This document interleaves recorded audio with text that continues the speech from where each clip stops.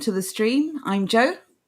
And I'm Jordan, and we are live on YouTube, Twitch, Twitter, and Warden Radio. I was trying to think, and Odyssey as well, actually. There you go. I knew there was one I was missing. I still haven't entirely decided on the order of which I'm going to be doing this. I figured that with the pause. What pause? It was silky smooth. When you said we're live on, I was like, finish the sentence. Come on, you can do it. No, what that means is I would then speak more than 5 words without stuttering or stumbling, and that's just not me. I can't do that. Oh, wow. Anyway, welcome to the community stream. Very good to see you all here. A big thank you for everyone who turned up early. We've got loads to get through. As we said yesterday, this is going to be slightly different to our usual community stream. There was so much great news this week. We've had to move it over to 2 shows. And yes, Tash, thank you for mentioning that. So we found out Odyssey did something weird yesterday and it actually logged us out. So we couldn't even check what the problem was last night. And when we've gone to check it today, we're logged back in. Everything is fine. So it was clearly a glitch on their end. Can't be helped. It seems to have fixed itself. So fingers crossed. This is just further proof that we should abandon all alt tech and only go with our globalist overlords like YouTube. Wow. Oh, well. Who needed to see this episode later on anyway? Never mind. Okay. So we're going to crack on with the news before we move on to anything else. Oh, go on. Before you say that, Will, given your latest comment, you're going to want to cover your eyes, mate, because it's coming. We got the pride. Twitch is definitely the most important. It's got a lot of new emotes for Pride Month. You can make your Twitch emotes rainbow coloured. Oh, God. Anyone got a sick bucket? Anyway, right. So, yes, let's crack on with the news. Jordan is going to be providing the links. Or read the maintenance notices. Thank you, Roy. We're far too busy for that, obviously. How dare they have maintenance at 7:30? Don't they understand that we're doing something? Can't they do it at, I don't know, normal 7? We have said, actually, we're cutting Odyssey quite a bit of slack because obviously it's a new platform. It's still under construction and they are constantly making improvements. So fair play, Odyssey. Also, just in general, I really quite like Odyssey. I don't have any issues with it. It's not like with BitChute. BitChute, like 40% of the time, I'd be able to watch a video with mild stuttering. The remaining 60% of the time, the video wouldn't load. Yeah, I didn't get on with BitChute. It used to literally like rip my soul out. Every time someone said, "Oh, this has been uploaded to BitChute," I was like, "Damn it, it's another one I can't watch." So yeah, fingers crossed. Keep going, Odyssey. We're behind you all the way. We are. But in the meantime, in our latest segment of news, but not as you know it. Thank you very much. Oh my God. Hospital declares black alert after A&E is flooded with hundreds of patients.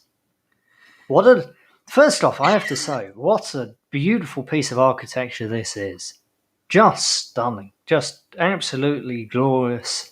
Really, when you look at that, you don't accidentally believe you're in the Soviet Union. No. I did wonder if you were being sarcastic there. I was waiting for you to finish before I said anything. Extreme levels of sarcastic dripping going on there. That's the place where the desolate go to die, isn't it? But yes, very interesting phrasing. I don't know why they use the term black alert, which is very weird. Let's find out. Why do they call it a black alert? Do they say? I have no idea. I haven't read it. More than 300 patients visited A&E in one day. Obviously, this part of South Yorkshire, lots of people have accidents. Don't know why. 300 patients a day is a black alert.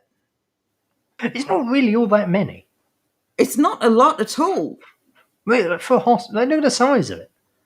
It's a massive monstrosity. There must be tons of beds.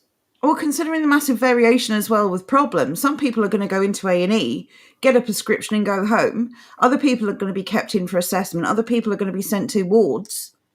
This is not a massive amount of people. But, if anyone was considering going private, now is the time.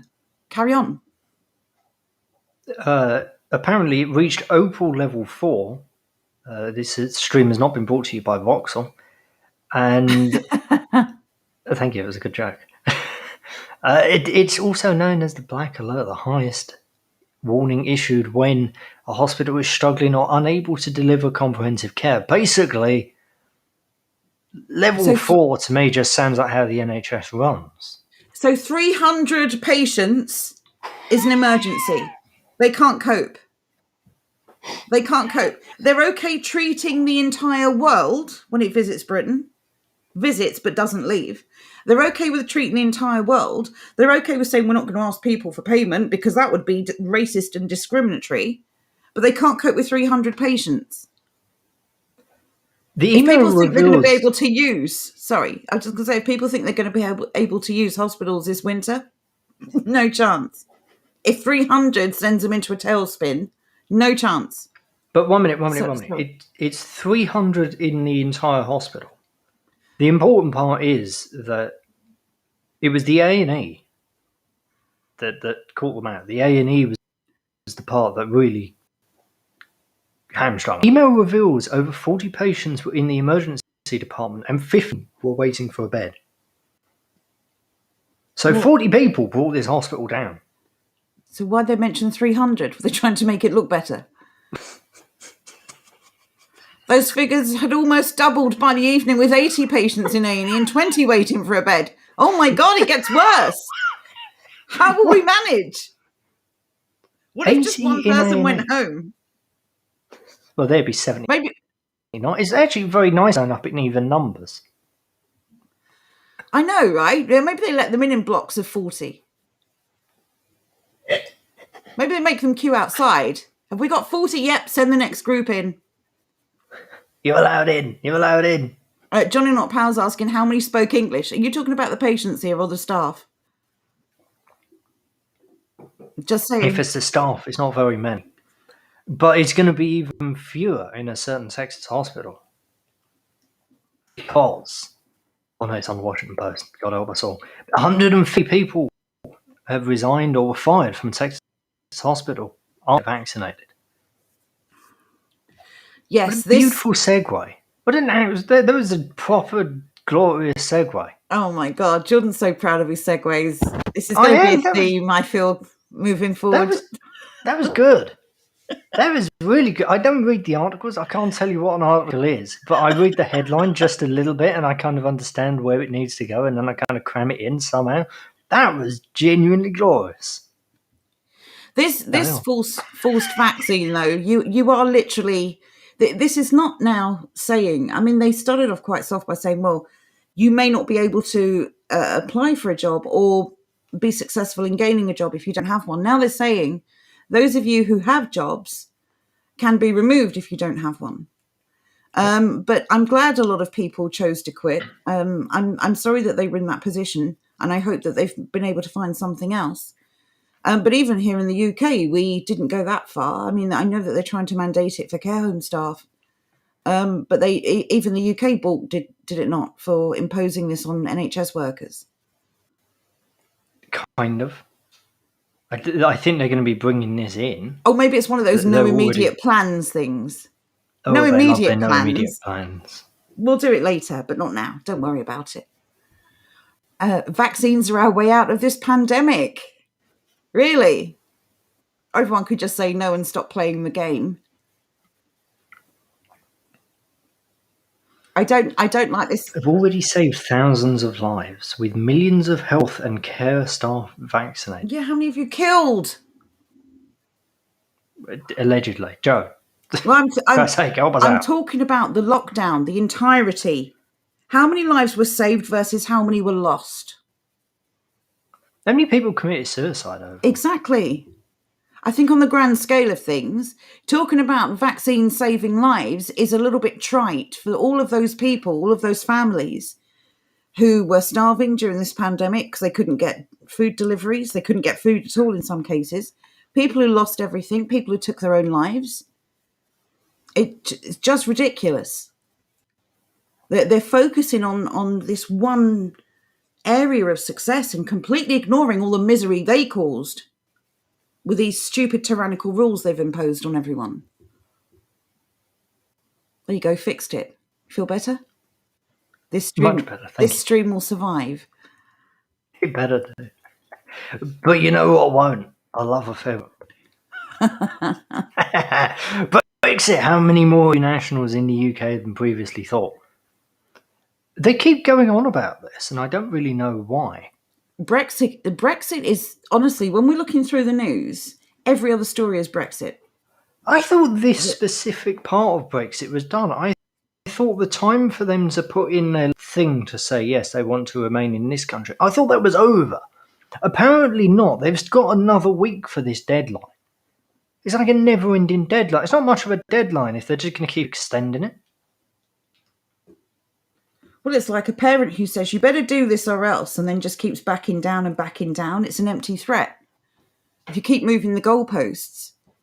I mean, I was already unhappy that they extended it, 2 or 3 times already? At least twice. This must be the third. This has to be the third. But it's interesting, once again, that the UK government has no idea who is in this country. And while I'm not for big government in any way, shape or form, surely there is one fundamental job that they should have covered, and that is knowing who is entering the country. I don't even consider that big government. It's the definition of government. Know who is coming into a nation and who's leaving. It's easy. Anyone can do it. All you need to do is stand at the bloody port of entry with a little clicker and click. Well, Doesn't take long. Well, even bouncers in nightclubs have one of those little clickers, don't they? Look, and the security bouncers guards in at shopping nightclubs have a centres. reputation. It's They have a interesting, reputation for being better than border security. Who isn't? You're not coming in with those trainers, migrant, get out. It's interesting, though, the absolute disparity between the number they thought were in the country and the number it turns out there is. And bearing in mind, this is subject to abuse because all things are. So the official estimate of EU citizens who are going to be eligible to make these applications was 3.7 million. This is not including the Irish. The reality, if you can believe any figures the government give you these days, is that 5.6 million applications have been made. Bearing in mind, though, when we talk about European migrants, are we talking about the new Europeans? So this is not even necessarily European people. This is not people of French ancestry or German or Swedish. This could be literally anyone from anywhere in the world, because thanks to her Merkel, anyone can call themselves European now. And the fact is that since Brexit happened, nobody should have been able to apply for settled status at all. It should have been done prior to the vote. 1 minute. Pre-settled status, this was the status that existed.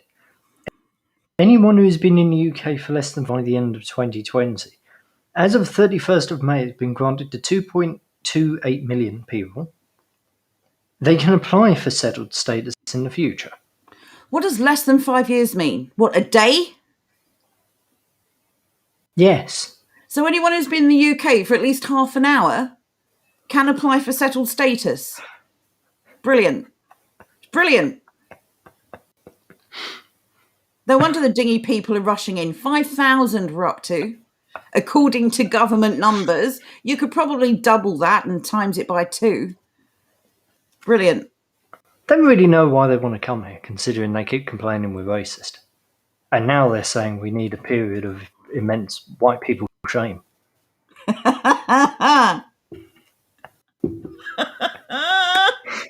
What? I'm still waiting for them to ask currently alive white people what they need to feel shame for. For those who didn't know, apparently the Washington Post, which isn't available in Europe still, I'm glad to report, or at least whenever I go onto their bloody website, isn't there? They demand that we self-segregate into white accountability groups. I think this is the best thing. Yep, let's do it. Suggestion. This is how to tackle racism.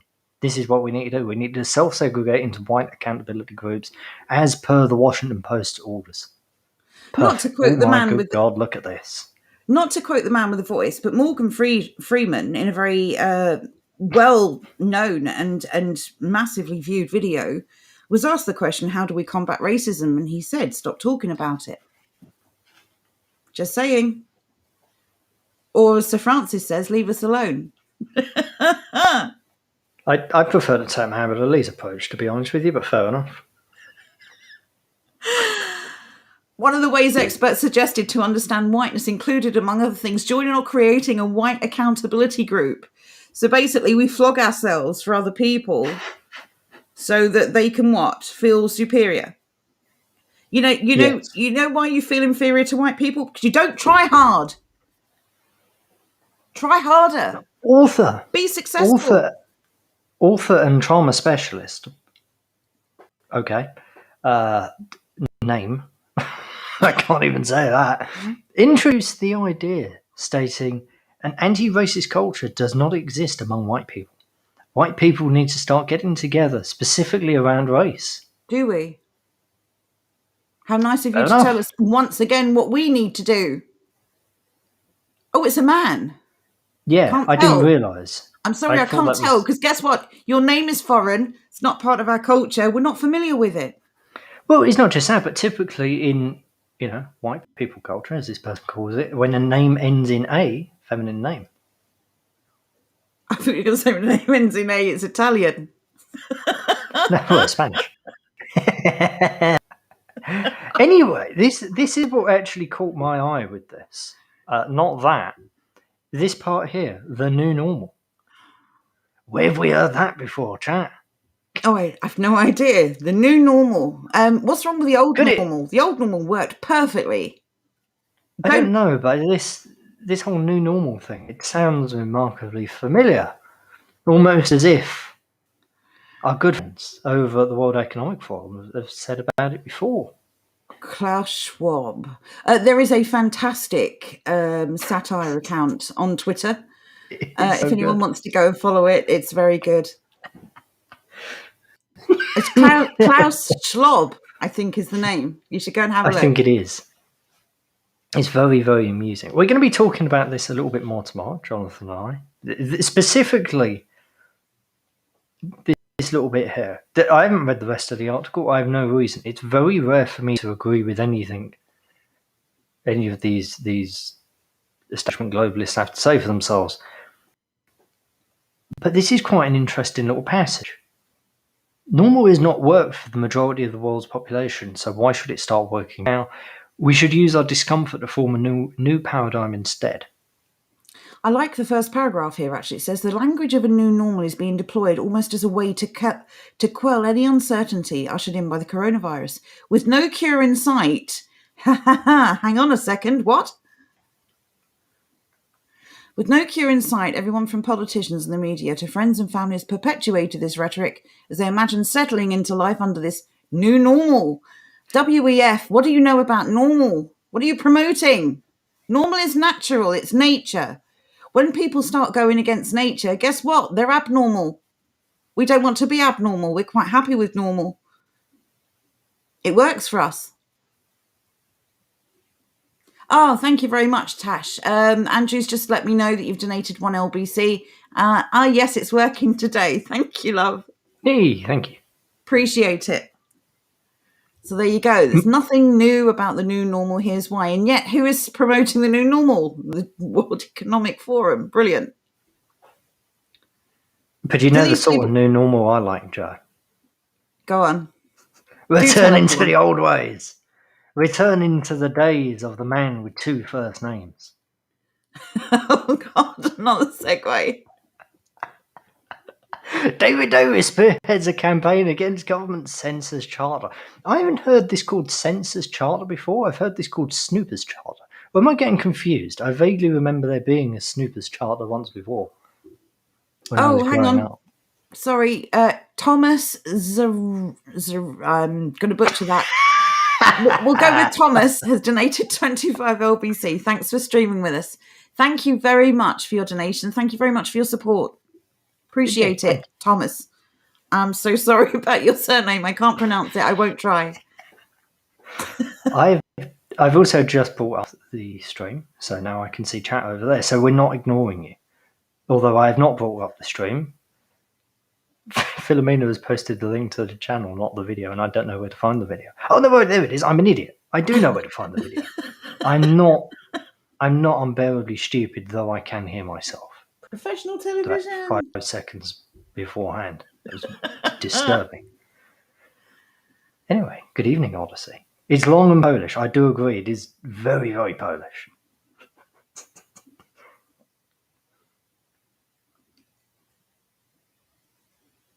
Okay, so the Census Charter. Do you want to explain what it is? What video Philomena is asking? He means the stream, love. I think. Yeah, I'm good. I've got the stream. Yeah, don't blame Philomena, she's saying. There you go. Andrew's posted the link. Thank you. Yes, Johnny, we're having a Kaveffi moment. I just did the same thing. Oh, that's not working. You got a question mark at the end, Andrew. Yeah. That's what it is. I think it's kind of entered into the link. Yeah. Right. So anyway, it's up. All is good. We can get back to David Davis. The Census Charter, then, let's explain, in case anyone's unaware, because they've changed the name, exactly what this is. I know what it is. Ministers warned the online safety bill will lead to perfectly legal posts being banned. I don't know anything about this. I've just got the link and I made the segue and that was it. So the reason why you've not heard of the name is because David Davis has actually branded it a Census Charter. Just to clarify that. And he compared the online safety bill to George Orwell's dystopian novel 1984. That's what we're living, David Davis. It's not just one bill. Yeah, but everything. Yes, essentially, organisations like social media platforms are being held to account and being threatened with fines if certain content is allowed on their platforms and they don't tackle it. And what David Davis is rightfully concerned about is that they are going to go so far over the line in an attempt to prevent this that they go and start just banning anything they disagree with, whether or not it falls into this category or meets this criteria. It's not really news for us because we're already there as far as we're concerned. I find this part really interesting. While free speech for journalists and politicians would be protected, many ordinary people could have perfectly legal posts banned. Once again, it's creating a them and us situation. So hang on. The them also in journalists, because they're special. Well, hang on. If we're including politicians in this, what about Boris Johnson's letterbox comment? Is that protected? Can we say that? Yes, because politician. So can we all say that? Couldn't you set a precedent by just repeating something someone who is a journalist or a politician said? No, because what this is, the fact that they've specified journalists and politicians will be protected, that implies to me that they're going to be given special status. Well, who do they mean by journalists? They mean the people who don't do journalism in the rags that we see now. People who can't spell, who miss out words. Yes. Are these people journalists? What they're going to do, they're going to introduce some sort of journalism license. You're fit and proper to conduct journalism. Even though you're not actually able to. You're not capable, but okay, we'll call you a journalist. You get paid by one of these rags. But this is really the main issue, I think, is that Silicon Valley is now censoring the speech of people all over the world. This is a private organisation essentially telling anyone anywhere in the world what they can and cannot say. Ooh, this is a system overseen by Ofcom. Ofcom pop up in a story we have later on, so interesting. Said the threat of huge fines was hugely problematic and could lead to over-censorship by the Silicon Valley giants who failed to appreciate irony-loving Brits. Yes, because that's the sort of post that these people are banning. Irony. There is actually quite an interesting point. How could you have somebody in a different country regulate the posts of another country? Because there are subtle differences between us. We have different ways of communicating. So even in their weird world where this sort of thing is acceptable, how could it work? An American sense of humour is not the same as ours, thereby they're going to find things that we just find humorous, and vice versa. And what about things that get lost in translation? Mm-hmm. Like, is it the Spanish word for black is negro? Negro? Negro. Indeed Negro. it is. Mm-hmm. And when they use negro in a sentence, you can't hear the accent, so it sounds like it's negro. And I just wonder how many people are going to have those comments shut down because they're simply describing something that's black, like a cat or a car. This is ridiculous. Keep your hands off our opinions and our thoughts and our speech. And while I'm there, our children. Thank you very much. Well, while with keeping hands off of children and all of that, and hands off of speech, there is one thing I'd very much like the government to stop bloody well doing, and that's creating god-awful songs. Oh, because they've got another. The government urges children to sing bizarre "Strong Britain, Great Nation" song. Right, before you go any further with this, has everyone heard this song? We are going to play it. Where is it? Can I ask everyone, can anyone put a 1 in the chat if they've already heard this cringe fest? And if you haven't, congratulations, you're going to suffer with me. I've not heard this. There are vocals. This was created by an ex-policeman. But yeah, what's his name? I don't know. It was like Kumar Singh or something, wasn't it? Yep, nice English name. This is going to be, honestly, it's going to be so cringe. I can only apologise in advance. Considering this is supposed to be the global UK song, it's awful. It's just awful. There are worse songs trolling the internet right now, by the way. The vaccine song, yes. Broken Silence. Surely, like, if you want a national song celebrating the nation, surely that's the national anthem.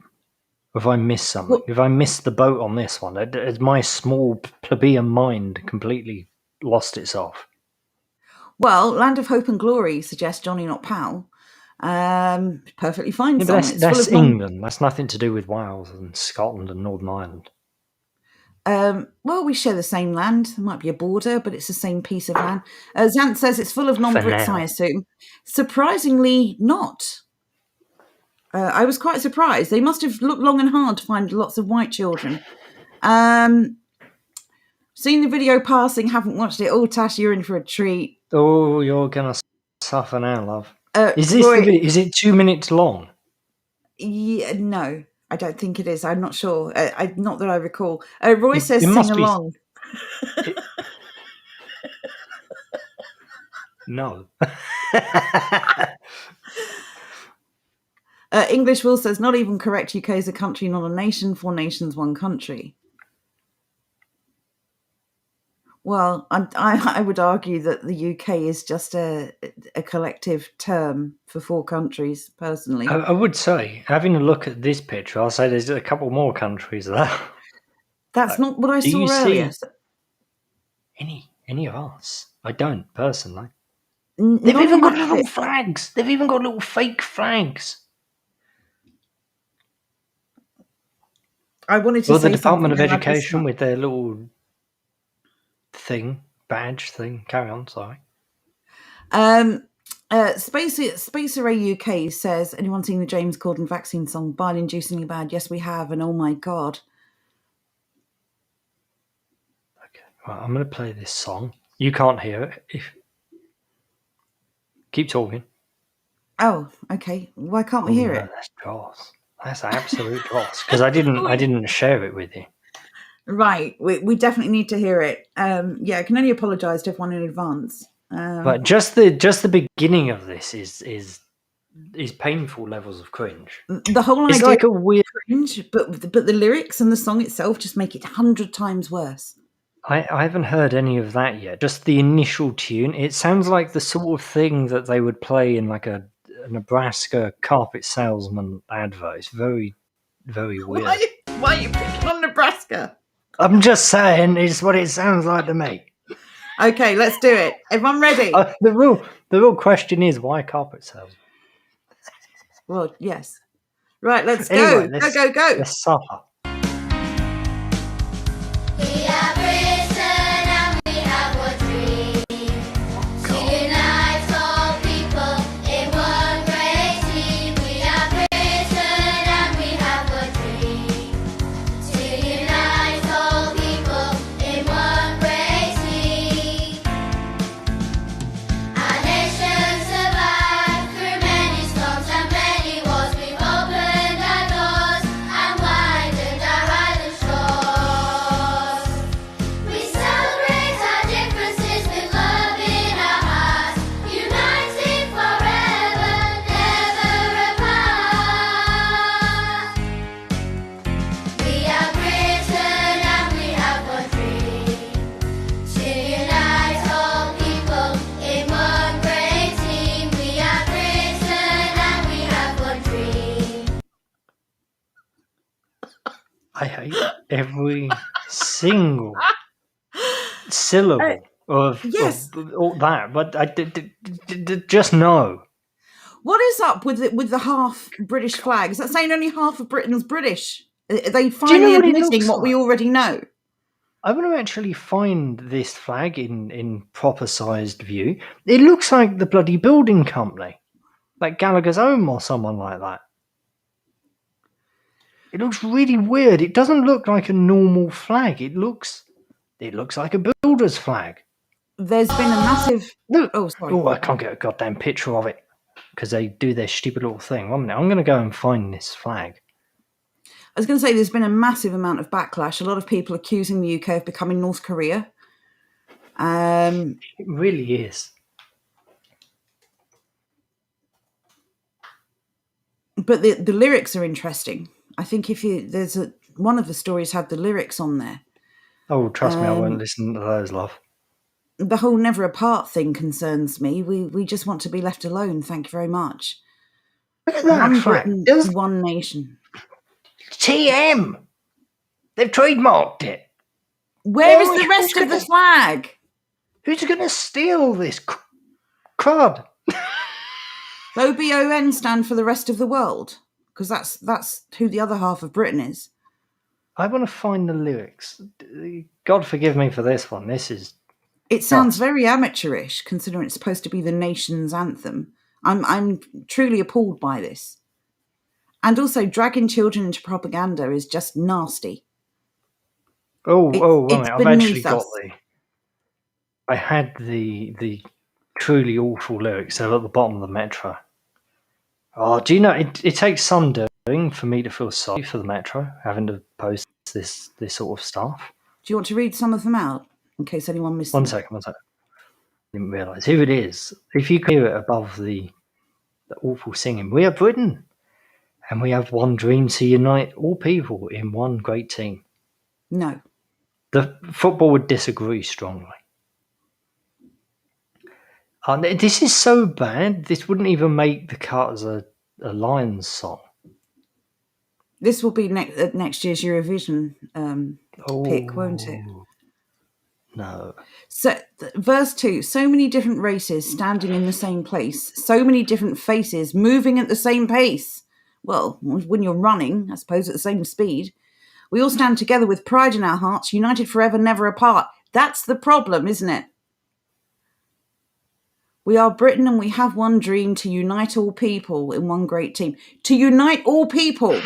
That's basically our immigration policy. Make it the immigrant song. Sorry, Red Hot Chili Peppers, we're taking over. No, it wasn't them, was it? Who was it? Who did the immigrant? Led Zeppelin. Oh, God, I've really upset people now, sorry. Play it backwards, it says, Hail Satan. I think if you play it backwards, it would sound better. But also, what the heck is going on with this? UK's first trans vicar says God is beautifully non-binary after WRT. Evidence. God is not a he. I don't suppose God is a she either. How do you know? So what you're actually saying, what this person's actually saying is I don't really believe in God. Because first off, pretty damn certain God is always called a he in every religion, but ignoring that, God put you in the body that you're in, and you're disagreeing with him by saying, no, he put me in the wrong body. Good Yeah, job. but You vicar very well. This person says God is not a he. That's a statement of fact. And then says, I don't suppose God is a she either. So you don't actually know. Evidence or shut up. Should be OBGON. Obegone, says Johnny, not Powell. It sounds like a corporation like OCP. It sounds like the Umbrella Corporation, honestly. Zombies. It does. It doesn't sound good. And Boris is taking the full blast for this one. Kind of feel a little bit sorry for all the frigging independent with their ad blocker. You sons of gun. I'm not going to remove my ad blocker until you actually produce journalism of a level that is not toilet paper. I actually thought Government I is could facing outrun criticism. it. Go on, sorry. No, go on, by all means. I thought I could outrun the ad blocker yesterday, but it turns out even I can't speak fast enough, which is amazing. That was a real wake-up call. It's this bizarre patriotic song in between classes. Bizarre. I would call it many things. Bizarre is not it. I'm sorry, what? Between classes, they've got to sing this rubbish. Oh, God, homeschool. Homeschool your children. Well, we're coming up to a couple more reasons why you should homeschool. Oddly enough, this is on the show notes. This is called homeschooling. Everything else has like a wonderfully catchy title. This one doesn't. The government, also talking of the government and children and being far too involved in children's lives, the government are now going to start fat shaming our kids, which is just wonderful, as school weigh-ins return. I'm torn on this story, as we briefly discussed when we first decided to include this one, because on the one hand, children are obese and it is a problem, but on the other hand, I do not believe that government should interfere in the relationship between parent and child. I feel very strongly that government should not. This is nothing to do with government. Your weight as an adult is nothing to do with the government. Not a thing. Not a single bloody thing. They can go put this where the sun doesn't shine. They can take David Davis with them. It's interesting here as well. We've actually, here's a segue if you get it lined up, or if, and hopefully it is lined up. Experts fear that homeschooling, less regular exercise and easier access to snacks over lockdown may have caused children to gain significant amounts of weight. We've said for some time that homeschooling was going to be targeted because too many people are withdrawing their children from this woke paedophilic nonsense that they're taught in schools. And just to back up that point, Gavin Williamson, who is the Education Secretary, promises a register for homeschooled children. Not in the immediate future, though, right? No, this is like all of their things. They're absolutely committed to creating a register of home-educated children, and its introduction is imminent. I wonder why this is. It's possibly because homeschool children are fat little buggers, according to this. Or it could simply be because the government really, really, really doesn't like you controlling your child's education. And it wants to control your child's education because then it can make sure that your child sings that song at the appropriate key. Well, this is the reality. Homeschool children are taught, first of all, proper education. They're not taught politics in such a way where they are shamed or made to feel guilty for the actions of other people. And they are taught to be proud of themselves and to have a strong identity, whether that's their sex or whether that's their race or their ethnicity, the country they love, the ancestry that they hail from. Homeschool children do not have all of these mental health issues that state-educated children have. They're not bullied. They don't have to worry about people putting them down or holding them accountable for things somebody else did. So to attack homeschooling is to give the government, the state, access to all children. By removing your children from these people, You are empowering your children, and these people do not like it. The interesting thing is, he goes on to say the quality of home education is incredibly high across the board. In that case, why do you need to bring in any sort of register?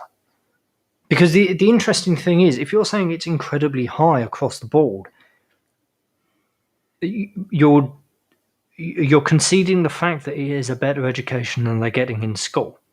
So Yes. why would you want to introduce people who have basically an unlimited fund of money and then put those people who have provably failed for decades in charge of something that seemingly works quite well?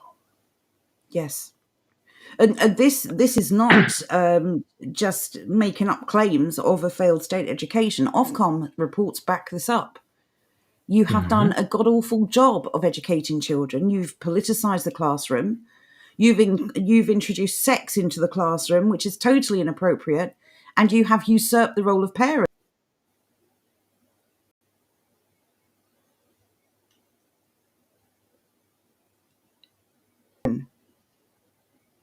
Hello, you're back? Did I Well, I'm go? back. Well, one of us went, I'm not sure. Oh dear. Very odd. Anyway, there is another reason why you should homeschool, just in case this wasn't enough. Because you know something is good if the government is saying, you're not going to be allowed to do that much longer. You know that's the right way to go. If the government says don't do something, do it. There is another reason, though, and that is because of this sort of thing. NHS Trust, obviously we all know this is Tavistock, says some trans youth desperately need puberty blockers to reduce distress. Then a fresh appeal. I like the fact that they call these puberty blockers. What this actually is chemical castration. The fact that people are advocating for this on behalf of children. Like, hey, little Johnny, do you want to be chemically castrated before you're 16? Of course you do. This is ridiculous. Keep your hands off our children. That's pretty much what I've got to say. I truly despise fair these enough. people. Same here. Moving on from that, why should they break a habit of a lifetime when the nation itself does? Lord Hayward says Brexit impact will be faced for years as it broke voters' habits of a lifetime. Basically, people had a choice of what they wanted and they took it. Rather than voting for the least worst option, they actually did the thing they wanted to do. For the first time in forever, actually. Exactly, and the political establishment is very unhappy about this. But that's a really good point. And again, it's something that I know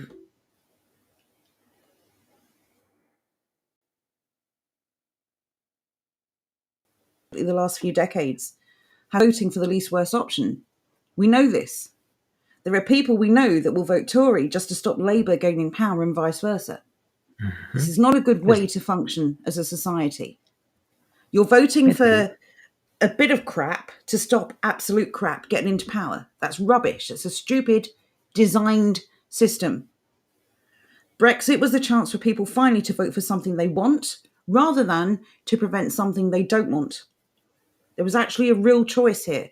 And people spoke, and many, many, many of these people were ignored.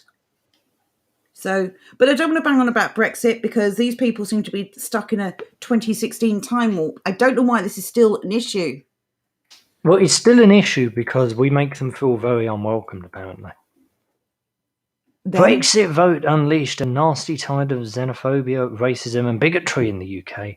I no longer feel welcome. Felt welcome. Do you know, independent with your ad blocker, you're no longer welcome. Go away. So can I just, so this person who no longer felt welcome, did you leave? No, would be my answer. If you didn't leave, I'm going to call shenanigans. If you did leave, fair play. Did you leave? Please have left. I honestly, I want to find out the answer to this question. I would not stay in a place where I was unwelcome. And I don't know anyone who would. Oh, here we go. For decades, I couldn't understand why people would let this happen, why nobody stood up to Hitler, and why the Jewish people, the gypsies, the intellectual, disabled, and communists are not... Sorry, the intellectuals.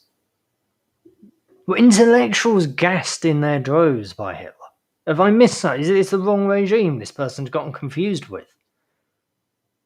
Well, I don't know. I don't know that this person knows anything at all, but carry on reading. Sorry, I now understand why the German people turned a blind eye as the war machine cranked up and eventually exploded into mayhem. Why do people keep likening Brexit to Nazi Germany? It's because it scares them. More recently, we all witnessed what happened in the US when Donald Trump was elected president, because it's obviously his fault. Orange Man bad. Almost a year after Orange Man is no longer there, Orange Man still bad. Everything Orange Man fault.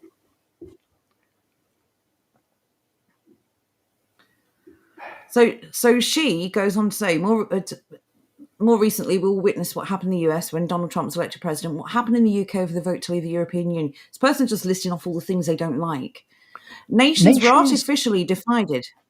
What does that mean? Wait a minute, nations were artificially divided. The only time nations are artificially divided is things like Yugoslavia, when they decide to just make a mess. Nations were not artificially divided over Brexit. Nations decided they wanted different things. There's no artificial going on there. The idea that because we were able to vote on something means it is artificial is complete and utter crap. Well, let's not forget as well that people who aren't British were allowed to take part in that referendum. God damn these people. I've seen politicians appease right-wing ideas, turning a blind eye to what were very worrying steps towards totalitarianism. It was the same with Hitler in the 30s Germany. Evil grows slowly, bit by bit, step by step. It is only when people realise they no longer have any control, if they ever really did, that they begin to see what has happened. But she's applying this to Brexit. Is she ignoring the elephant in the room? Hello, totalitarianism. We're living under it right now. We had no power under the European Union. We decided we wanted to leave and get a little bit of that power back, which you yourself has conceded we didn't really have in the first place. This person, what is her name? Emily von Dresden. Emma. I don't know. Emmy. I'm still waiting to see if Emmy left the nasty UK. Did you leave? Emmy has written one story for The Independent. I'm calling it now bot. Not a real human being. Can't be. Nobody's that dumb. I'm so tired of these, again, foreigners giving their opinion. You come to someone else's country, you took part in an alleged democratic process. Shut up whining. Stay here, shut up and put up, or leave. Those are your choices. You have somewhere to go, we do not. I agree with English Bird. Why stay here? If it's that bad and you don't like it, why stay here? Real simple. I'm tired of all these whiners. Don't go to someone else's country, proclaim it as being not fit for you, and then demand it change for you. If it doesn't suit you and you can't fit in, leave. All of you, just leave. Those of you who come here and actually embrace this country, its ancestry, its culture, and its people, and actually have respect for it, don't mind you. People who come here and whine about how awful it is, just leave. Bye-bye. There's the door. On a scale of 1 to 10, where would you say your blood pressure is at the moment? I'm okay. I'm just this is a calm rant. I've been much worse. Well, get ready, because I have a feeling. The next two are really going to get you. They're a double whammy, and they show the difference in how the media treat some people in the population and some people in the population. Oh God. Sex abuse victim shock at seeing attacker back in the community. Now, from that title alone, you'd think, okay, it's reasonable. Reasonable, normal journalism, I can understand this. And then you start to read it. Ah, right. So because You can based see where on this is actual- going already. Based on actual Right. experience, you would have thought the victim would be the victim of, like, I don't know, a Pakistani rape gang. Well, that's going to be the second part of this.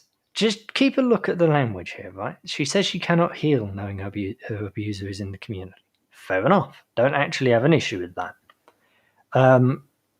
Apparently, the guy was meant to be in prison for a hell of a long while, but he was let out because of his poor health. I don't think he should be. No, I agree with her on this one. Any sexual attack or non-sexual attack on a child, you should serve your full time, Exactly. regardless of who I they don't are know. and who you are. Disgusting. There's no being let out. It's absolutely vile, and you should be in prison. Don't care if you're on a frigging ventilator. You should be pushed into a river, as far as I'm concerned. Anyway, moving on from that.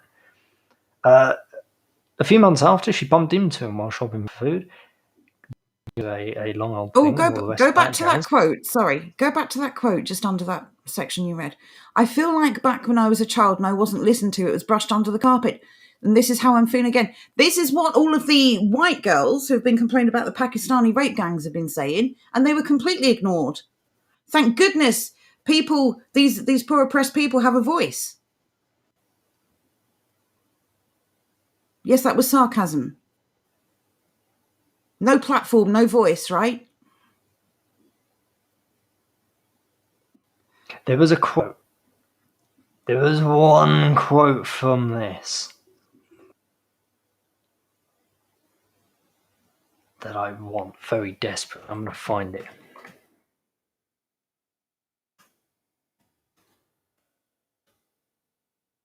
There we go. It was right at the top. She was finally starting to heal when he was released into the community. That is not news language. I was going to say news speak, and then I realised the other connotations. Like that is not a sentence you will typically see in a news article.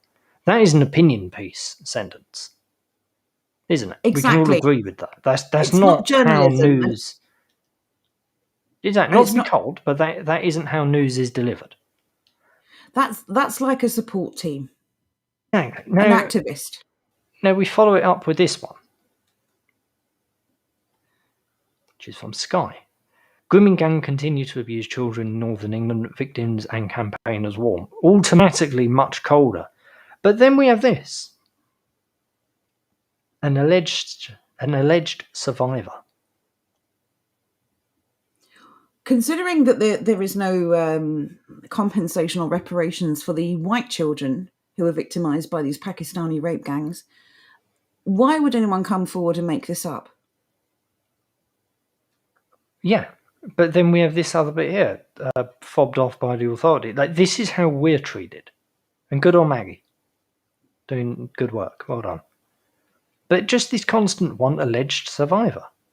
Alleged. It's not real. It's not normal. You're basically saying, despite what she's saying, you're saying that she's lying, and yet you could totally believe the other girl.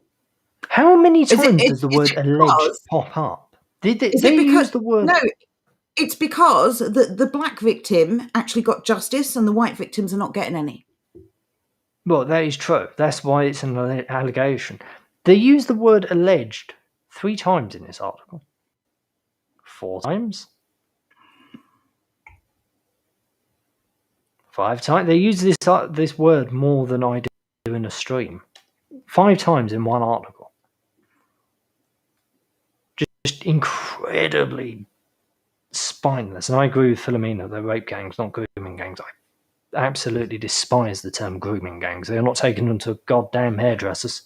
When I think of grooming gangs, I think of people stealing pooches and giving them a blow dry. It's a very soft, sort of wishy-washy word for the absolute horror and violence they inflict on children. We should not use the term grooming gangs at all. And grooming is not the same as rape. Grooming is manipulating children. Grooming is the act of manipulating them, arranging to meet them, pretending to be someone else. The act of rape is rape. And these children were raped. Grooming implies that they tried to rape them and they were unsuccessful. And I'm sick and tired of this soft language being used for foreign criminals in our country. People who prey on our children. No child should be preyed on, no matter the colour of their skin. But there is a very special way that our children are treated when they are victims. And I'm tired of Yeah, it. like, look at the difference between these two articles. The first article, kid gloves. Second article, cold detached. Who wrote the Hands first off. article, by the way? Because the It second was a one, woman. well, the second one was a man, and I'm wondering if that has something to do with it. Jenny Rees. And BBC just to make Wales. the point that a woman tends to be softer and use softer language. That could be it. Maybe. Even so, this was a very, very unusual article to read on But news. It but wasn't either way, written both before. articles were overseen by an editor. They were released. Indeed. Well, you'd like to think so, but given the spelling errors, various other bits and bobs, I'm not That's sure. true. Anyway, moving on from this, we're moving on to a slightly different practice. Leasehold campaigners welcome new changes. I didn't know this was a thing. Apparently, when you buy a home from large companies, you don't actually buy the ground that it. Unless it's freehold. Yeah, I didn't know this. I thought that if you bought a home, by default, you were also buying the patch of dirt under your feet. I didn't realise you were having to rent this off of various people. This was completely new to me, but this kind of... I added this because it was new, like new knowledge for me, and I'm just interested and fascinated by it. I think anyone who's owned a home would know that the difference between leasehold and freehold. But it's interesting that I just assumed all homes were freehold by default. No, these are very loose terms, and they're not always very clear when somebody is looking to buy a property. There is no way that you should own a property but not the ground it sits on. It's shady, as is pretty much everything. I've only ever heard of this with industrial properties, or like caravans. If you buy a static caravan, yes, you pay but ground in rent. terms of in terms of a physical building, one that is actually on foundations in the earth, I've only ever heard of this sort of thing in relation to warehouses. Never homes. Like industrial buildings. It's just, I can't really entirely work out my own thought, but it's basically like furthering the idea that the rich get richer. They're now able to sell you something, but they're not actually selling you anything. They're selling as Dissident 101 says, air. Flats are usually leasehold, and there's a reason for that, of course, because you're buying a part of a property and you're not buying the entire thing. I will say I did say homes, not flats. Well, a flat can be a home. Well, fair enough, home. but a house. I didn't look. Okay, fair enough. I'm being caught out on semantics as far as I'm being concerned there. Because John and Pals also jumped on with it. I don't consider a flat a home. It's not a long-term home anyway. A home is a place that's big enough for a family. I do kind of agree with that terminology. No, I mean, like, a home is a home and a flat is a flat. I don't know. My brain is weird. It just differentiates it. Well, we just think flats should be abolished. They're an abomination. They should never have been created. And we wouldn't need them had we not had all the problems. Or they should be made cool. They should be in, like, I don't know, business districts, a place for people to stay when they have late meetings, or, I don't know, if they want to live and work near the office, single people. But home is where you raise families. And I do agree that nobody should raise children in a flat. When you're on the 75th floor, how safe is your child going to be anyway? Well, just don't try and do a Michael Jackson. It'll be all right. Oh, that's a good point. Roy says home is where the bills are. Well, I don't know. Arguably you get bills in flats. But yes, it just goes to show again, it's just like the car analogy, isn't it? You're the registered keeper. You don't actually own anything. And if you think about the things you purchase, there's no permanence there, because you either have to insure them, which means you pay for them in perpetuity, or you have to replace them, which means that you own them for a very short time while they continue to work. Mm-hmm. And this is the whole point of consumerism. You never actually really own anything. The only thing that still falls outside of that to some degree is property. And it And gets worse every year because Yeah. currency loses value, which brings us to our next story. I will Apparently, s- the £50 note has lost 38 quid in buying power since it was launched back in 81. very weird that they've picked out this one thing. I guess for It's because there's a impact. new. It's because there's a new note, and they're just showing off their mathematical skills, I would imagine. But it goes to show how much money we lose every year simply by existing, because the government. Make no mistake about it, inflation is not a market force. Inflation is actually counter market forces. The market naturally tends downwards, i.e., deflation. Is why they're terrified of deflation. It's because it means something is actually working and they can't have that.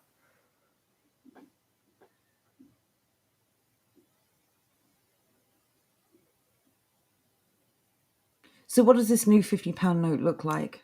Just out of interest. Okay, well, you obviously haven't seen it. Would you like to take a guess who's on it? You got the Queen on one side. Who's going to be on the other? Someone who isn't English. No. He's English. Alan Turing. I think I read. There we go. Well done. Gay. But a brilliant mathematician.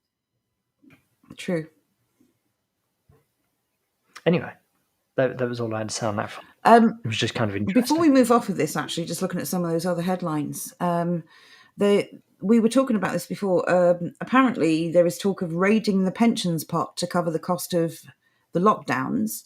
And we were talking about the fact that there doesn't seem to be much of a pot to raid, does there, considering how many people have died? Johnny Red Pill Seed, don't tempt me. No, not Meghan Markle. Will. But yeah, if you're going to have a pandemic that kills off a massive part of the over 75 population, that's a lot of people who won't now be claiming pensions. How convenient. I kind of wonder if that even matters to them because the pensions went bust years ago. Well, there was all that argument over the triple lock that Theresa May was. She was trying to fight for the triple lock, which was amazing because she's so incompetent. And they're now still saying that they're standing by the triple lock. But again, if they've reduced their pension deficit by reducing the number of pensioners who are still alive to claim a pension, I suppose you can get away with that. But you're right; it has gone bankrupt. It's why they push the pension ages up. I'm I'm always in two minds when it comes to these sort of things because it's like the government controls both the finances, so like the printing of money, the facilitating of money, they control that, and they also control how they measure things. So things like tax receipts. It would be so easy for them just to fiddle around and print more money than they really need to that it wouldn't even be difficult. Well, And I would that's how argue they could create. Sorry, go on. the government doesn't control the printing of money, does it? Well, that is true. The government borrows money from those who do. Okay, let's clarify what I meant. The people who pay the government are the people who control the money supply. Yes. There you go. That's what I meant. Yes. Zant says they'll take it another way in additional tax. They've been talking about this as well, haven't they? Increasing taxes. But it's that, so many millionaires were created during this pandemic. Sorry, I during have these something lockdowns. about that. I think I go do. on. Anyway, if not, no, okay. Apparently 5 million millionaires were created during the pandemic across the world. I think that figure's incredibly bloody low. I agree. Do you know what? I think that it can't be ignored that a lot of people made money off this pandemic by scamming people. How many mask companies just appeared overnight? Those little tiny bottles of antibacterial hand wash, things like that. Plus all the corporate cronyism going on with the Tories. How many of their friends got contracts? I mean, it's ridiculous. Thank you, John Francis. Are you off? I can't find the article. Well, we pretty much know anyway. I mean, people making money from misery Here it is. is not a new concept, is it? Always No, take it's what advantage people's of a always done, crisis. ultimately. Exactly, that's what I was about to say. Take advantage of crisis. Millions become millionaires during COVID pandemic. More than 5 million people became millionaires across the world in 2020. Despite economic damage, I find this incredibly hard to believe. It's only 5 million across the world. None of them were Extremely small hard to believe. business owners, I bet. No, absolutely not. I reckon there were a lot. At the very least, there's a lot of people there who are just middlemen, and that's actually something that I'm going to talk about a bit tomorrow. Middlemen, because I found an article the other day, and it kept me up at night. Let's put it that way. I read it Or at the 8 o'clock, and come half 12, I was still awake thinking about it. It just annoyed me. You know those times an article or something somebody says that it just sticks in your brain perfectly. One of those is just, I hate it. But you know what else I hate, Joe? What else do you hate? I hate when they claim facts and evidence and then provide nothing but touchy-feely things. Ending mandatory face mask could put business in difficult position, government warned. It then goes on to say, somewhere, which I cannot find, but Joe saw earlier on, evidence shows that Londoners feel safer when travelling on public transport wearing masks.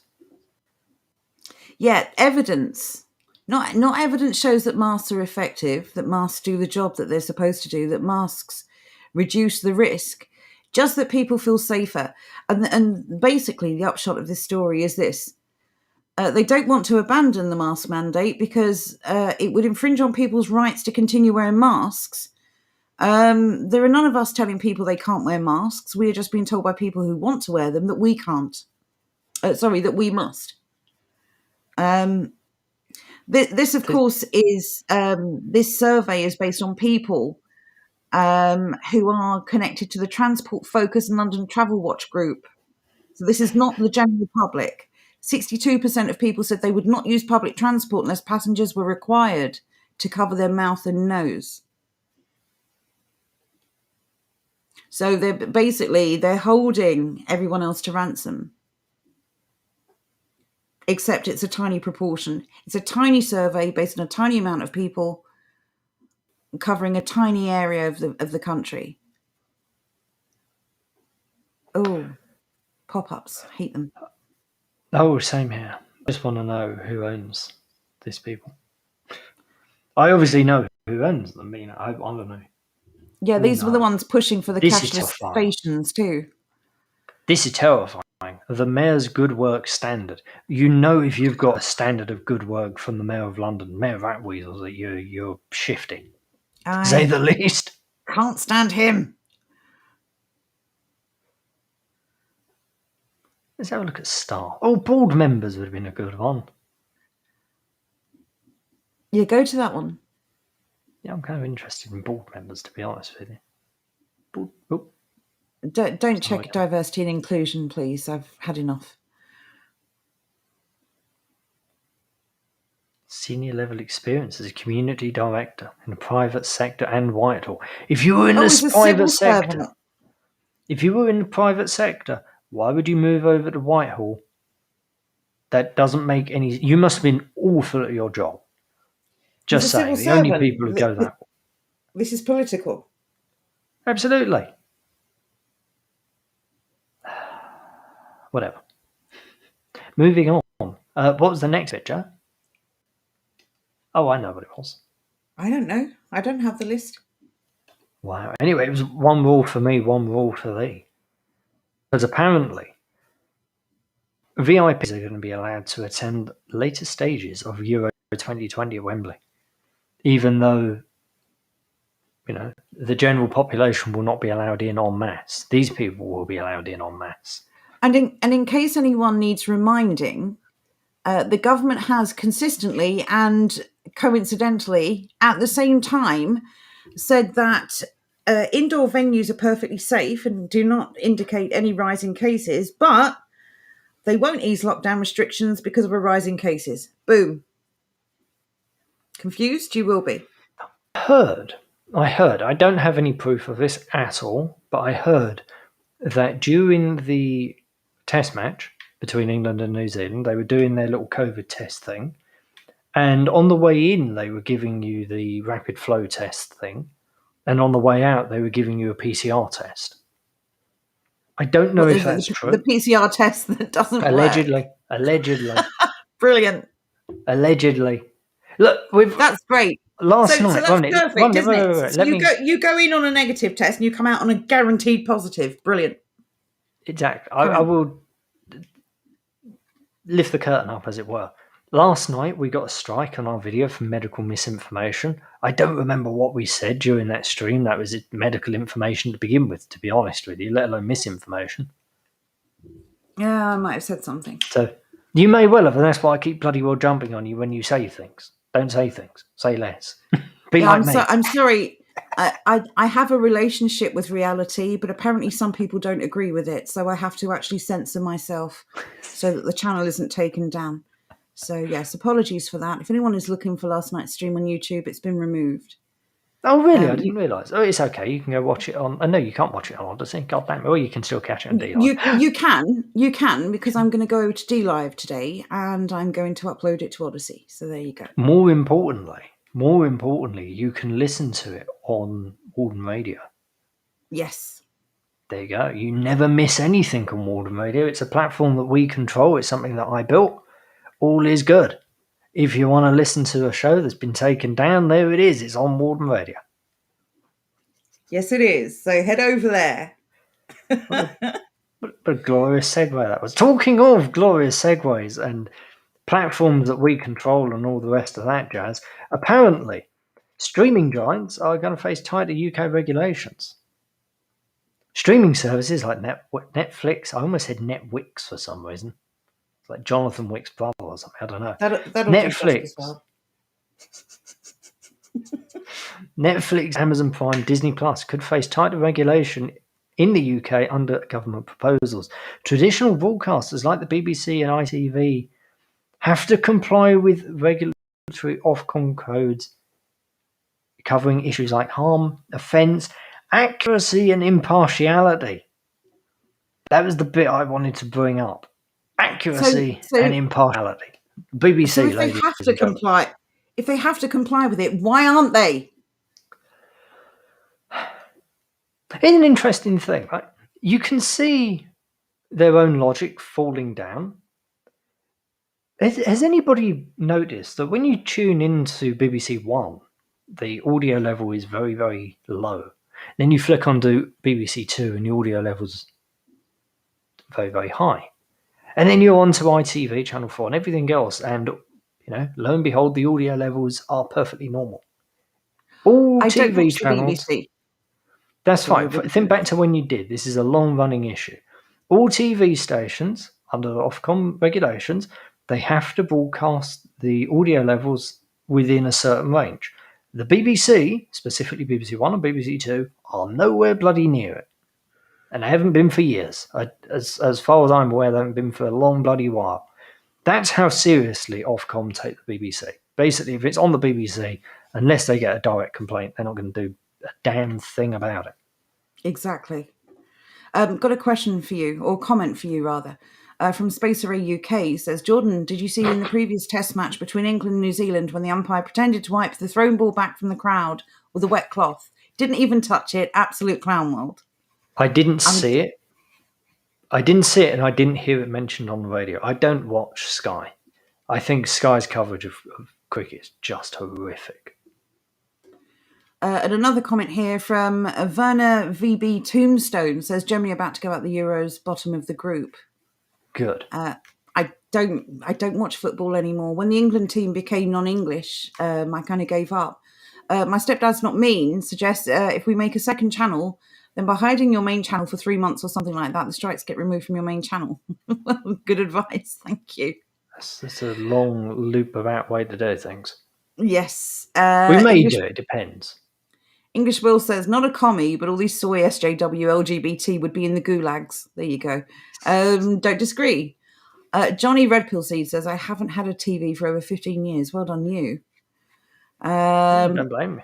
There's nothing on TV. The only reason I have a TV is basically so I can listen to the radio. That's my use for the TV, so I can listen to cricket on the radio when I'm doing things. And dinner. I pop it on the horror channel while I'm watching dinner. Joe sits there and watches Downton Abbey and things like that, actual class programs. I prefer to sit there and watch like Star Trek. Recently, it's been Space 1999, and I tell you now, I've never seen Space 1999. Bloody good program. No, I'm done with Downton Abbey, to be honest. After watching it a second time, they've forced certain historical lies into it and diversity. So yeah, I'm done. Was it the wonderful cramming of an Irishman into it for no reason? No. Also, Spacey, yes, you can put a link in it. No worries, mate. Bazooka Joe says, not allowed to cause offence, not really impartiality. Well said. Yeah, that's a good point. Well said. I don't support England. I support ethnically European teams. I know the England under 21 team is horrific right now. I briefly read this headline, Will, so I'm not entirely sure. Germany trying to light the stadium to insult their guests in Hungary was shameful. Wasn't it to do with they gave out pride flags because they couldn't light the stadium or something? Is that what they did? They gave out flags. I'm not sure. That's what I read, but I really genuinely just skimmed it, so I'm not sure if that's correct. I did see that they wanted to light the stadium up, but for those who don't know, I'll summarise. The German Football Association wanted to light up the football stadium they were playing against Hungary in with the pride flag because of the recent laws passed in Hungary. This is a blatant violation of all sporting etiquette. I don't understand when this sort of thing became acceptable. I remember the England cricket team. When footballers started bending the knee, wasn't it? When they banned the poppy, the Remembrance Day armbands, that was when it began. It may well be, actually. But even so, I remember when the England cricket team got into a lot of trouble because they refused to play Zimbabwe, and they helped a couple of the Zimbabwean players escape from Mugabe back in 2003 it was. So in the space of, 15 years, we've gone from England very naughty because they didn't play a murderous dictator to we're going to start putting up rainbow flags against a certain opposition whose nation has recently passed laws that we don't like. That's just ridiculous. But this again is coercion. This is holding someone hostage. Mm-hmm. If you don't like what a country does, you have two choices: ignore it or leave. That's it. Those are the only two choices you should have. But for another country to try and dictate or coerce or manipulate another country into doing something that goes against what the people have voted for, how dare you? And this is another reason why we wanted to leave the EU. Yeah, Joe. How dare you? How dare you? Hang on a second. Why'd you sound like Ron Weasley? I don't know. This is now my favourite. She looks like she's chewing a wasp. She always does. There's that weird picture of her drinking wine, and that's very disturbing. And future Brett will be, how dare you? When she becomes a goat or something. I don't know. I can't do old lady voice. I'll work on it. That is true. Anyway, all of this, everything we've discussed tonight, this is because we're just conspiracy theorists. Like we are plebs. We are not among the majority of the nation that places a high level of trust in the media. And if we were, our lives would be so much better. Because apparently, public trust in the news is up as audience place premium on reliability, says research conducted by the news. A Reuters Institute digital news report has published its 10th edition, and they are the ones who found this. Oh, Now, for those who don't know, Reuters and the Press Association produce all the news in this country. They produce an incredible amount of news, and it is where the BBC get their news, it is where ITV get their news, it is where everybody gets their news. You can go along, you can pay for a direct feed from these people. So you've literally got the news conducting a report to say that people trust the news that it writes. That's the situation that you've got going on here. so It's not even as a newspaper. This research, how many people were polled? 92,000 in 46 media markets. Oh, so only Including a 2,039. survey. Yeah. 2,000 people in the UK. So again, representative of the entire country? I don't think so. How do they get to take part in this online survey if they're not already a part of the online survey system? But also keep in mind, 36% of people in the UK. 36% of people. That's it. And it's up from 20. It's slightly more than a third. It's a fraction more than a third. Yes, but if we're talking reality, that's 36% of 2,000 people. Yeah, it's still a minority of a non-existent minority of the population. We do not trust the news. It's less than half of the people you polled. Ridiculous. The USA now has the lowest level, 29%. I'm amazed it's 29%. Absolutely amazed 29% of people in the US believe the news. Have they literally just gone along? They've phoned up CNN's headquarters and said, "Hello, lads, do you trust the news?" I think even 29% of people at CNN headquarters would say, "No, we don't, mate. I don't trust what we write." How many of these people polled were MPs or otherwise, or journalists, or so-called journalists, or otherwise writing for these rags anyway? How can you trust people when they themselves don't even know what gender they are? Well, that's true. Don't trust them to see what they see in the mirror, let alone what they dictate for the rest of the country. Johnny Not Powell says, if they had to write a story telling people that trust is up, you know it's BS. Exactly. Yes. You don't have to tell people that trust is up. People simply feel trust is up. People trust us because we're telling you people trust us. You have to believe me. Trust me. We're trusted. It's the sort of thing that Stalin would say. The focus on factual reporting during COVID. What are they smoking? Yeah, we don't trust you. I tell you what they're smoking. I tell you what they're smoking. It's whatever old George Floyd had. Well, just quickly to address that point. Well, first of all, there's an amazing picture of someone stuffed a banana in his hand repeatedly. A statue, well. not his body, not his dead body, because that would be, sacrilegious or something. That would be a disrespectful. But this worship of a criminal, it just blows my mind. And this is what happens, unfortunately, when you mix cultures. We don't worship criminals in this country. And all this palaver over the statues, nobody's worshipping those statues.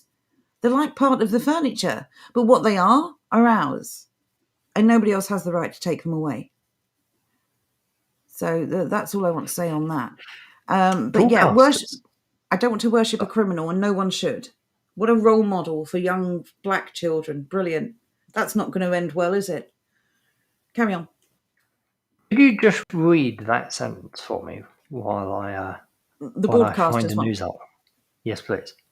Broadcasters such as the BBC, ITV, Sky News and Channel 4 that are required to meet strict impartiality standards remain the most trusted news brands, followed by national broadsheet titles, the research found. Sure. Lead author of the report, Nick Newman, says the focus on factual reporting during the COVID-19 crisis may have made the news seem more straightforward, while the story has also had the effect of squeezing out more partisan political news. Brilliant. Okay, now just that first bit about them remaining impartial. Do we all remember about 18 months ago or so when this happened, when Victoria, Derbyshire falls victim to Jeremy Hunt rude name curse. I remember. Do we remember this? The slip of the tongue. Who has ever had this slip of the tongue?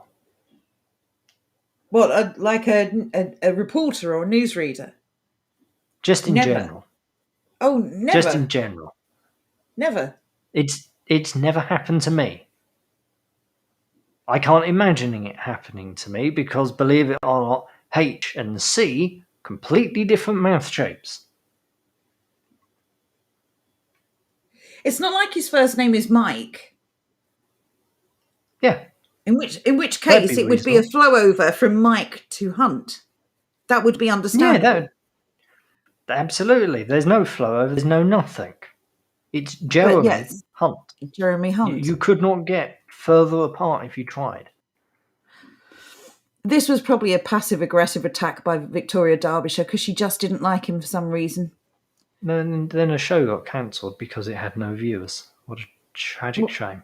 Well, it had no viewers because she was a hysterical woke SJW who nobody liked. Pretty much. Anyway. This one is the sheer propagandized lies of these people. Carry on. Now I'm going to get riled up. Well, you can, because Jonathan and I are going to cover this more tomorrow. We have a bunch of stuff tomorrow, actually. I need to send it to him so he can have a quick look at it. I meant to do it earlier on. Anyway, empty shelves of the cooking essentials more than a year after stockpiling swept the nation. Basically, because we are humble plebs, we went along, we bought a bunch of food, and now we're going to starve ourselves, so we need the supermarket to introduce rationings to make sure we don't starve ourselves. Because they're basically saying, we are doing this to ourselves by stockpiling.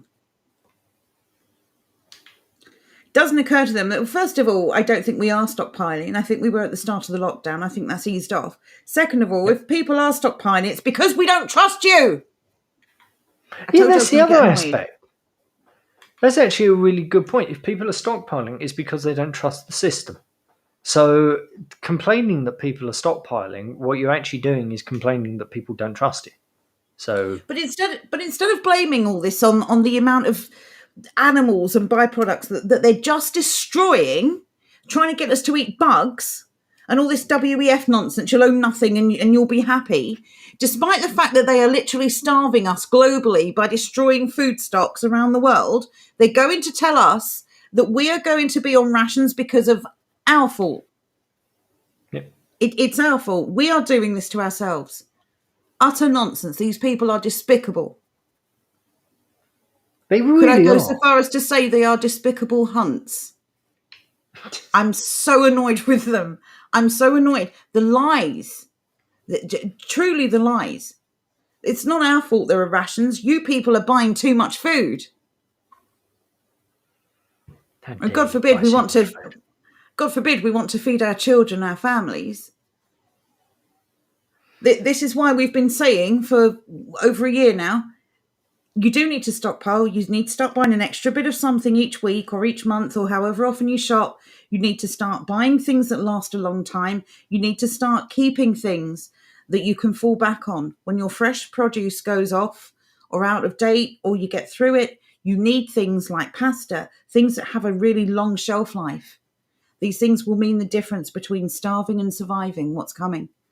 If the major supermarkets are rationing food and you don't have the ability to get to a farmer's market or get down to your local farm, you are totally reliant on these people, whether you eat this week or not. We cannot afford to be in this position. We just can't afford this. I've just popped the food storage guide into chat. Do not let these people hold your life in their hands, because that's what they're doing right now. And by announcing stuff like this, you know what that's going to cause? Another shopping panic. And they do this on purpose because they know that half the people are gullible sheep and they will go to the supermarket and they will raid the shelves. They do this every time. They tell you that there's been a raid in a store to ensure that one actually occurs. Evil, soulless people. Please, please, please do not let these people decide when you eat. If you can grow what you need, well, maybe not everything you need, but if you can start growing food to bump up your weekly intake, please do so. Now is the time. There's no time in the future. I think a better option, especially now, if you haven't already started planting, might be a little late. We'll get on to Jonathan about this tomorrow. But I think now the better option is to start buying canning equipment. Buy a canner and go from there. Start canning food. There are ways to stockpile. do this without a canner. If you buy the right sort of lids and jars, you can actually do this in pots. You don't need a pressure cooker or anything. It's way more difficult, but it can be done on a budget. Loads of videos online. It really would be to your benefit to go and have a look at them and learn how to do this. With regard to growing, you can grow through winter if you've got the right setup. But it's up to you. It's an investment of money and it's an investment of time, but it will stave off what is coming. And it is coming. And people who don't believe it are in for the shock of their lives when it happens. And it is just around the corner. There's not some far off sort of doom mongering. This is in the next year or two, maybe even this year. Well, as I said, we're going to be covering this a bit more tomorrow. Is that where you started laughing? Yeah. Don't forget DFS. Those companies, they annoy me so much. DFS still going. What was the other one? MFI, wasn't it? Oh, MFI. I don't think they've been around for years. They haven't been Maybe they around still for are years. in London. No. They haven't been around for years and years and years. Do you remember the MFI at Lakeside? Vaguely. It's been a few years. Right. They only recently, and by recently I mean probably 4 years ago, they only recently sold that shop or leased that shop out. It's now Sports Direct. That had been shut since 2008. Brilliant. More trackies and trainers. That's just what we need. Exactly. I tell you, I went in there once. Why did I go in there? I wanted boots. That was it. I went in there. I thought, you know what? I've looked everywhere for boots. I'll give these guys a try. It's a big shop. I went into this shop, and I tell you now, the wall of trainers down the side, I have never, ever seen so many trainers. I was blown away there were this many. Do you know what then? I'm going to call shenanigans on this false diversity, because if it was true, that those shelves would be empty. They just would. There were so many. It was absolutely remarkable how many bloody trainers there were. I hate trainers. I still own a pair from when I was 15. I don't wear them often. I typically wear boots. And if in the summertime, if I'm not wearing boots, I'm wearing shoes. I never wear trainers other than the odd time in the garden when it's dry and I don't want boots. They're comfortable. But it was just so weird. I think that comes down to our clothing standards again. We've talked about this in the past, haven't we? You say they're comfortable. You say they're comfortable. I really don't think trainers are. Of course they are. They're soft and spongy. They're good for walking around. And buy nice shoes. Simple. Yeah, well, shoes that are comfortable as trainers, cost a fortune. Do you know, I have a pair of shoes from Madeline.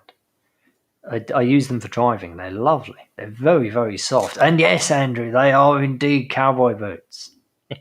I've got a couple of comments I want to read out. Andrew says a dehydrator is another option too. And my stepdad's not mean is asking, Jordan, are you going to look into canning? We've covered it briefly, but it probably does deserve a deeper delve. We could certainly look into that. Probably does. I actually have. I have a roadmap. I have a couple of things I want to do. Also, while we're here, do you want to show them my thing? Well, I can show them my thing actually. I don't know what thing you're talking about, but I'm going to catch up in the comments when you find it. You do that. Will says get a vacuum sealer as well. It's a very good idea. We looked into that actually. They do look really good. Johnny Not Powell says a chest freezer is a must. If you've got the space, then obviously that's a good idea. Remember though, as more and more people move over to electric cars, and we're talking about the California grid, when you put all your eggs into one basket, that means that the state can decide whether or not you have power. So while a freezer is a good idea in the short term, it's not a long-term strategy, I think. I've just discovered that I sent you the wrong file earlier on, and I cannot show my thing. Brilliant. Never mind. If you want to see, Go on, sorry. if you want to see the thing, tune in tomorrow. I'll show the thing. Hasdak says, if you've got LED lights ready to grow inside, yes. Well, this is the other thing we really want to focus on. We're only limited by imagination, and the reality is you can grow quite a bit of food inside over winter if you've got the right setup. Mm-hmm. It may be cheaper in many cases to do this inside if you've got the space than actually invest in a greenhouse or something else outside. But again, that's something we'll delve into more on the dig shows. Especially as Jonathan pretty much has all of this set up and he can give you the practical sort of pros and cons of each version. Right, I'm just quickly catching up on the chat before we do that one, Jordan. Yeah, no. What did MFI stand for, by the way? Does anyone remember? I didn't know MFI stood for anything. Or is it just a random 3 letters then? Midlands, I would imagine, surely. I don't know.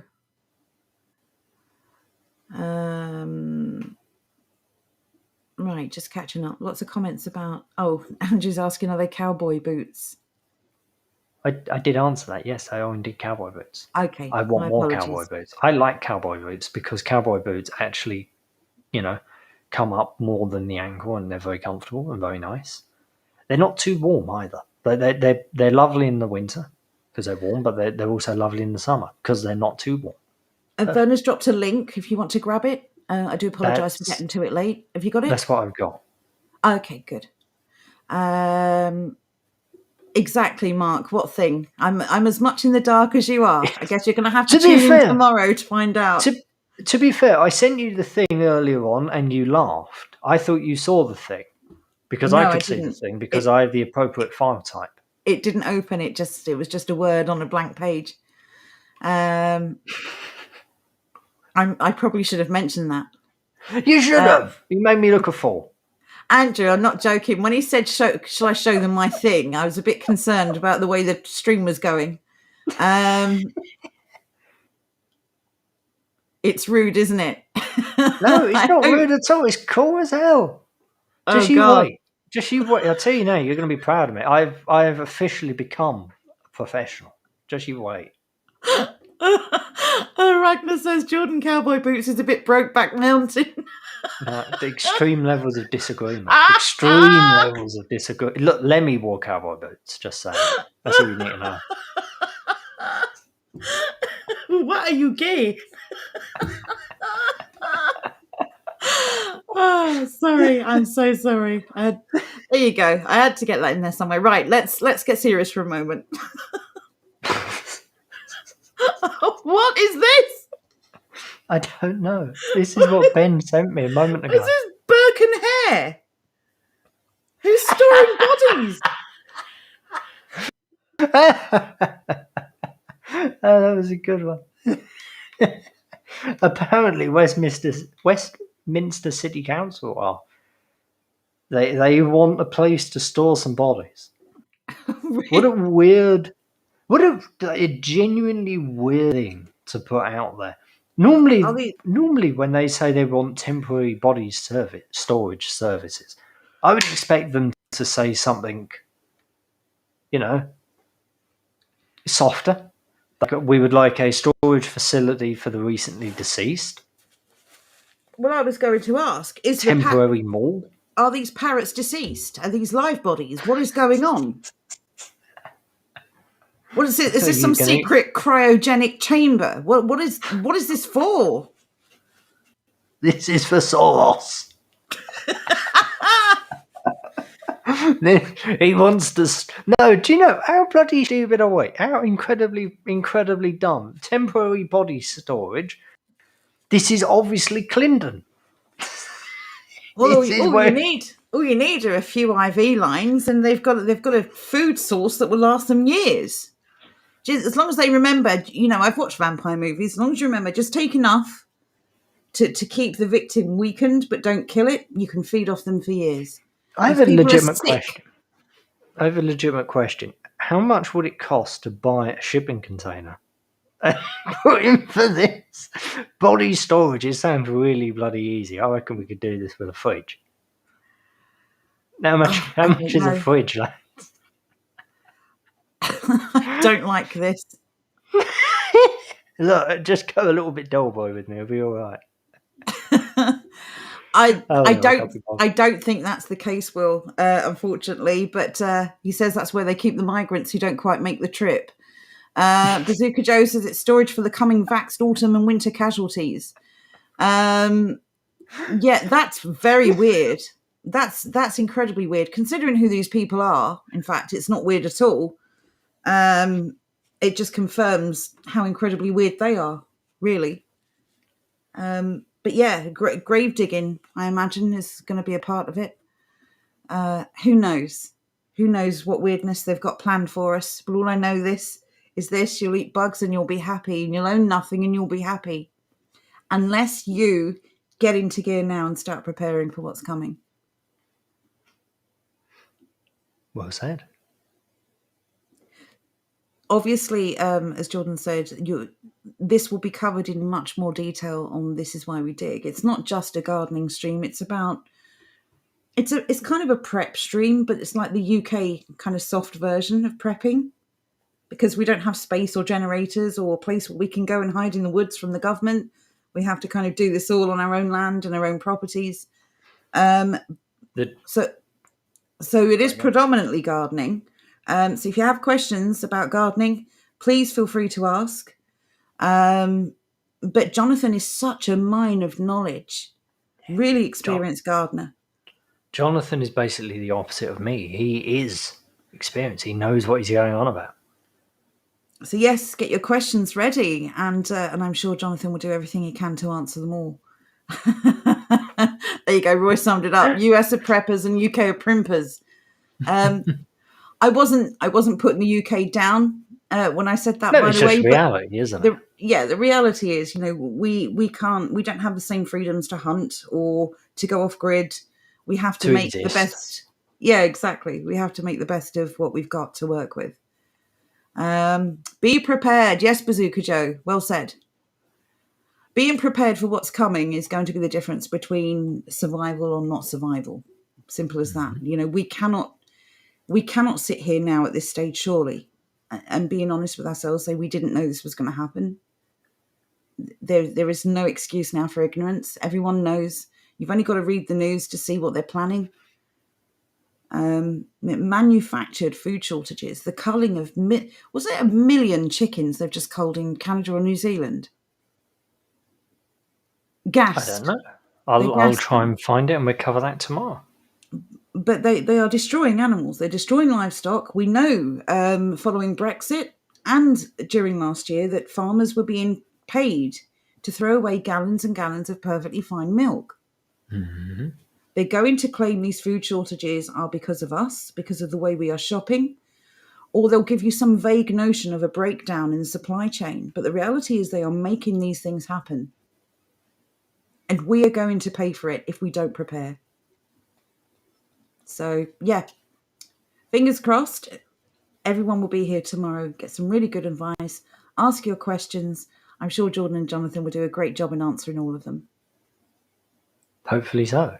Namely Jonathan, not me. Well, I don't know. You've picked up quite a bit. This is trial and error for us. A lot of us have, spent our lives shopping in supermarkets. It's been a massive change. To be fair, I cut the hedge today. If you'd seen that, you wouldn't have picked up anything. Oh dear. Don't ask. It'll grow. It'll grow back. It'll be fine. It will. In the meantime, though, that's what I'm doing tomorrow. Joe, you are off now until Tuesday because we're not here on Friday. Yes. Do you want to let everyone know why we're not here on Friday? Indeed, I'm off. I'm working. So that's that. Friday is not a thing this week. We would have done a podcast, but I don't know. You guys don't like the podcast. You like to talk to us. So fair enough. We won't do that. And to be honest, we prefer to talk to you. Indeed. It's much more fun. The podcasts are a good sort of backup, but they shouldn't, we think, become a regular thing. So Jordan has to work because Bill's got to be paid, and I've got lots to do myself, so I'm going to take advantage of this as well. So Jordan is back tomorrow with Jonathan. We will both be back on Tuesday of next week. Mm-hmm. So from me, at least, have a fantastic rest of the week. Have a great weekend, and I'll see you next week. Jordan will see you tomorrow. Indeed, I will see you then. Bye for now. Take care, everyone. Bye.